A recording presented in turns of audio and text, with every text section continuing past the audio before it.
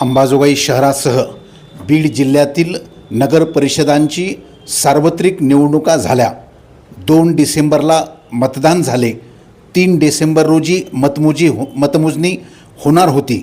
मात्र अख्ख्या राज्यातील निवडणुकांच्या मतमोजणीची प्रक्रिया स्थगित झाली। आता अंबाजोगाई शहरातील 4 वार्डाच्या उमेदवारांचे मतदान येत्या 20 डिसेंबर रोजी होईल। त्यानंतर 21 डिसेंबर रोजी सर्व उमेदवारांची मतमोजणी होईल। निवडणूक झालेल्या उमेदवारांच्या EVM मशीन अध्यापक महाविद्यालयाच्या स्ट्रॉंग रूममध्ये ठेवण्यात आल्या आहेत। स्ट्रॉंग रूममध्ये SRPFचे जवान सध्या तैनात आहेत।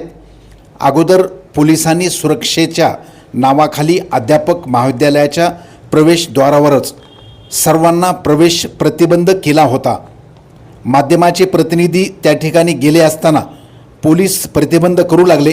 त्यानंतर पत्रकारांनी निवडणूक निर्णय अधिकारी दीपक वजाळे यांच्याकडे हा मुद्दा उपस्थित केला।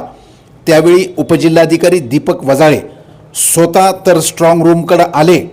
त्यांनी तहसीलदार विलास तरंगे, CO Priyanka Tonge madam, police निरीक्षक शरद जोगदंड यांनाही त्या ठिकाणी बोलावून पत्रकारांशी बोलताना त्यांनी सांगितले की आम्ही स्ट्रॉंग रूमच्या आतील बाजूस CCTV कॅमेरे लावले आहेत। बाहेर स्ट्रॉंग रूमच्या बाहेर स्क्रीन लावली आहे, त्यावर स्पष्ट दिसत आहे। उमेदवार, पत्रकार एवढेच नाही तर सर्वसामान्य नागरिकसुद्धा ही स्क्रीनपर्यंत येऊन पाहू शकतात। कोणालाही थांबवण्याची कोणालाही थांबायची इच्छा असेल तर थांबू शकता।